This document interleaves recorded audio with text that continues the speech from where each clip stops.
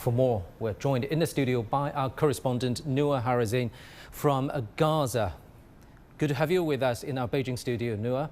To be honest, I didn't imagine this encounter till this very moment. You came a long way here. So how about we put aside all the video clips, news scripts, social media posts aside for several minutes. What was really like in surviving a raging conflict for you as an ordinary Gaza citizen, as a mother and as a member of a big family? Well, thank you so much for having me. I'm very happy to be here. Actually, also very lucky to be able to evacuate Gaza. I actually evacuated just 1 week before the Israeli latest land invasion in Rafah, where they occupied basically the Rafah border and now taking control of the Rafah border. Now it's closed, so no one can get out of Gaza or get in Gaza. So yes, it was actually a struggle. It was a very tough journey as a woman, as a mother, as a journalist also. I mean, I've gone through a lot. The fact that I had also to be separated, forcibly separated from my children.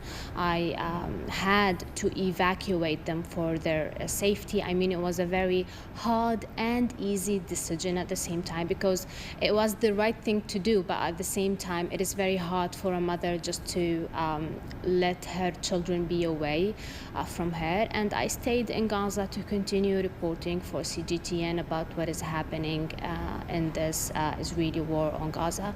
But thankfully I survived, even though we lost every single sense of being protected or being safe in Gaza.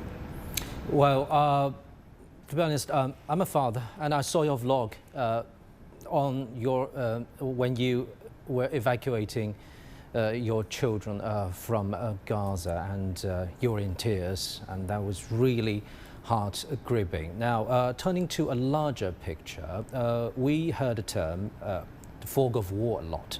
So for you, you kind of it's fair to say that you're also a witness at the forefront of this conflict. So what really happened on October the 7th? Well, it was a day that I won't ever forget. I mean, I do remember it in details. We were just sleeping, you know. I had this alarm set at 6:30 to wake up the children, to dress them up to go to their kindergarten. But then suddenly at 6:30 a.m. in the morning, we heard these continuous explosions, and we woke up like scared, like what is happening? And then looking out at the windows and the sky, and we saw rockets being fired from Gaza towards Israel.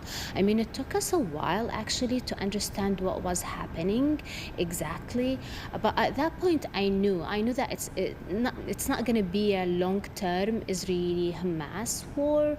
It is not like anything else that we witnessed. But what I did not know is that it's going to be this intense. It's going to turn our lives upside down. It's going to turn me from a healthy, successful businesswoman and mother to a displaced Palestinian who lost her home, who lost her shop. I had a business actually in Gaza, who was also forcibly separated from her children. And I never thought that it's going to last for, I mean, now we are on the 225th day, I think. Yeah. I never thought that it's gonna last that much, so yeah. Right, profession-wise, you are a journalist. How difficult was it for you to carry on your reporting for us during this raging on conflict? I mean, it was really very, very difficult. I mean, we faced so many problems, so many difficulties. The first and most important thing is that we did not feel that we are safe. We did not feel that we are protected as journalists because in many occasions the Israeli strikes were random. They had schools, hospitals, streets, main streets, residential buildings. Hundreds of journalists were killed, civilians, women and children. So we reached the point where it is a fact that you are not safe as long as you are in Gaza. It does not matter what you're doing. If you're a journalist, a doctor, if you're a civilian, a militant, it does not matter. As long as you are in Gaza, you could get killed at any time. And yes, that was one of the main obstacles that we had, to move around as journalists and cover the news here and there. Also, we had so many problems with the equipment. I mean, most of the media offices were targeted. We lost most of our equipment. Also adding the problems of the cutting of the connections, the internet on Gaza. I mean, we felt isolated, and it was very tiring thing to happen in a war.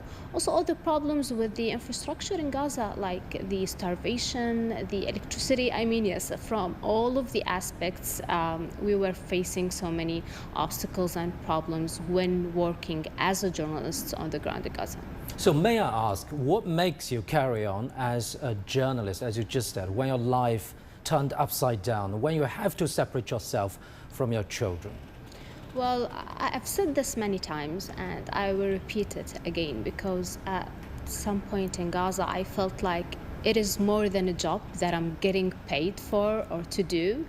It turned into a duty, a responsibility, especially being one of very few English-speaking TV correspondents from Gaza. I mean, yes, we do have influencers on social media, people who speak English on social media, but TV correspondents in Gaza, we are just 3 or 4 people. So I felt like it's my responsibility. I have to carry on. I have to tell the people the Palestinian side of the story, what is happening on the ground.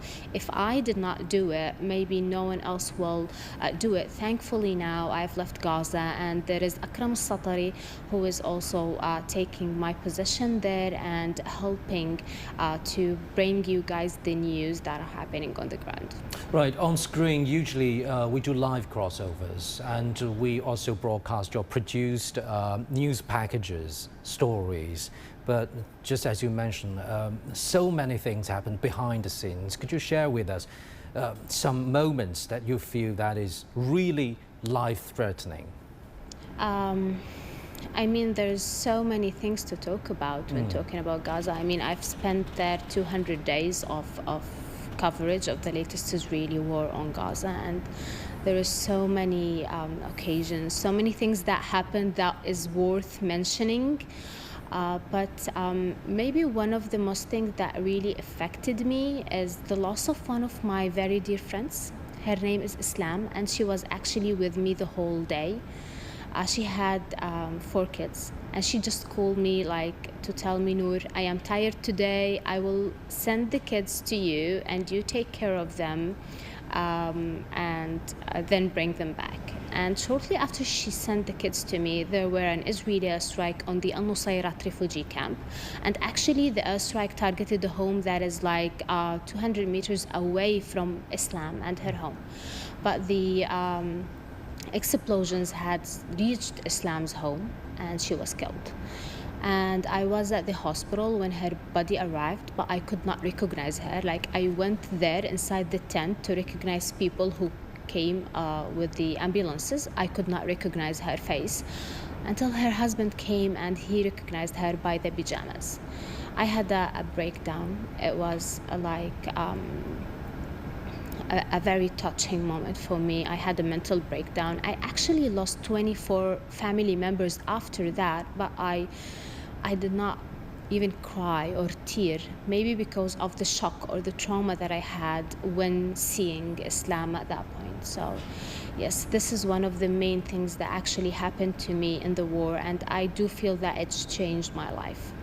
Thank you very much, Noor, for sharing, and it's really good to have you with us. Please send our best wishes to you, your family and your friend in Gaza. Noor Harazeen, our correspondent from Gaza.